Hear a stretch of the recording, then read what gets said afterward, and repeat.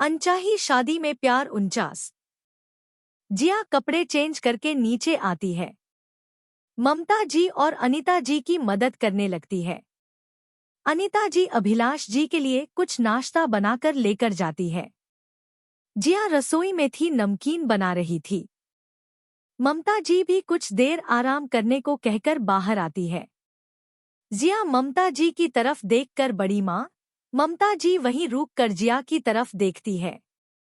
बड़ी माँ, वो हम कह रहे थे कि हम आज राहुल के लिए टिफिन लेकर उनके ऑफिस जाए क्या? ममता जी हाँ, मैं सर हिला देती है। जिया उनकी हाँ सुनकर नाचने लगती है। फिर भागकर ममता जी को गले लगा लेती है। थैंक यू बड़ी माँ, आपका बहुत बहुत शुक्रिया। चल पगली माँ भी बोलती है और थैंक यू भी। जिया मुस्करा जाती है। रसोई में आकर राहुल के लिए खाना पैक करती है। राहुल ऑफिस में बैठा घड़ी की तरफ देखता है। कल रात से कुछ नहीं खाया है, बहुत जोरों की भूख लगी। आज सुबह आदित्य की वजह से भूखा ही घर से आना पड़ा था। जिया टिफिन पैक करके रसोई के प्लेटफॉर्म पर रखकर खुद तैयार होने के लिए कमरे में चली जाती है। ईशा सबके लिए खाना लगाती है। सब एक रूम में नीचे बैठ जाते हैं। राघव भी उन सबके साथ नीचे बैठ जाता है। कौन कह सकता है यह इतनी बड़ी कंपनी का मालिक है? ईशा राघव को बच्चों के बीच नीचे बैठा देख मुस्कुरा जाती है।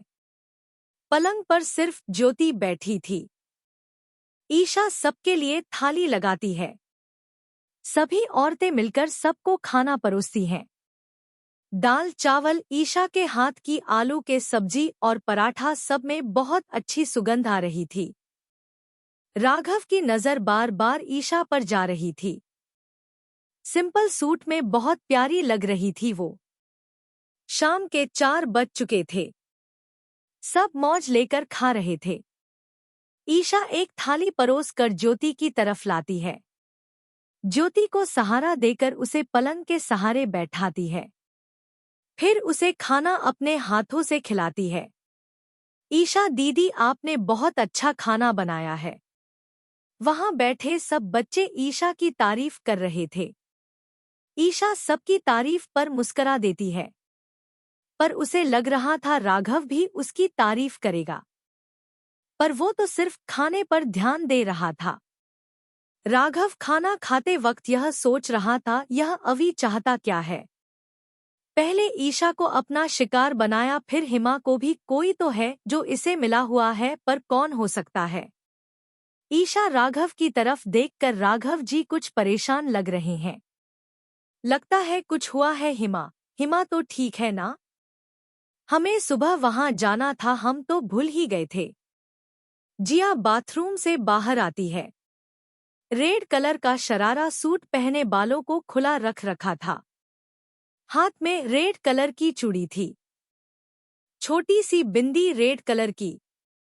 मांग में सिंदूर, गले में सोने की चैन पहने जिया बहुत खूबसूरत लग रही थी। ऐसा लग रहा था आज ही उसकी शादी हुई है और वो राहुल की दुल्हनिया बनकर आई है। राहुल अपना फोन निकालकर जिया का नंबर डायल करता है, फिर कुछ सोचकर फोन कट कर देता है। जिया नीचे आती है। हाथ में पर्स लिए रसोई में आकर टिफिन को थैले में डालकर घर से बाहर आती है। जिया बाहर आते ही ऑटो मिल जाती है। वो राहुल के ऑफिस का एड्रेस बताती है।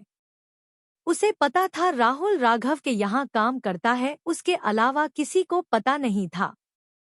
हिमा के लिए आशा जी घर से वेजिटेबल सूप मंगवाती है। हिमा को थोड़ा थोड़ा करके पिलाते हैं। राघव खाना खाकर बालकनी में आकर खड़ा हो जाता है। ईशा उसके पीछे कंधे पर हाथ रखती है। राघव पीछे सर घुमाकर देखता है।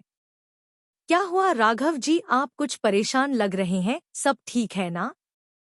हम राघव बस इतना ही बोलता है।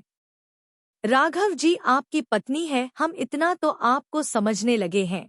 हम आप किस वक्त कितना ठीक है लगते हैं, इसलिए बताइए क्या बात है? अपनी पत्नी से ज्यादा देर बात छुपानी नहीं चाहिए। ईशा, वो हिमा के साथ दुष्कर्म करने वाला और कोई नहीं। अभी ही है। तुम्हारा आइडिया सही था। ईशा यह सुनकर चौंक जाती है। उसकी आंख से आंसू निकल आते हैं। वो अपने कदम पीछे करती हुई, हमने कहा था आपको, यह सब अभी के अलावा और कोई नहीं कर सकता है। ईशा तुम चिंता मत करो, मैं उस अवी को बहुत कड़ी सजा दिलवाऊंगा। ईशा राघव के गले लग जाती है। उसे खुद के साथ हुआ हादसा उसकी आंख के सामने आ रहे थे। वो समझ सकती थी हिमा पर क्या बीत रही होगी। ईशा राघव की तरफ देखकर, राघव जी हम एक बार हिमा से मिलकर आए क्या? यहाँ ज्योति के पास सब जने हैं ना? हम थोड़ी देर में वापस यहीं पर आ जाएंगे। राघव हाँ, मैं सर हिला देता है। फिर अंदर आकर ज्योति की तरफ देखकर, ज्योति हम थोड़ी देर के लिए एक जरूरी काम पर जाकर आ रहे हैं। आप अपना ख्याल रखना, कुछ भी जरूरत हो तो यहाँ मैम को बोल देना। चिंता मत करना, आज रात हम और ईशा दोनों आपके पास ही रुकेंगे। ज्योति खुश होते हुए, सच में आप दोनों हमारे पास रुकेंगे? दोनों हाँ, मैं सर हिला देते हैं। जिया ऑफिस पहुंचती है। रिक्शा को पैसे देकर ऑफिस के बाहर देखती है। गर्ग कंपनी को बाहर से देखकर अंदर बढ़ती है। अंदर आकर एक लड़की की तरफ देखकर, नमस्ते, क्या आप बता सकती है मिस्टर राहुल गोयल का केबिन कहाँ है?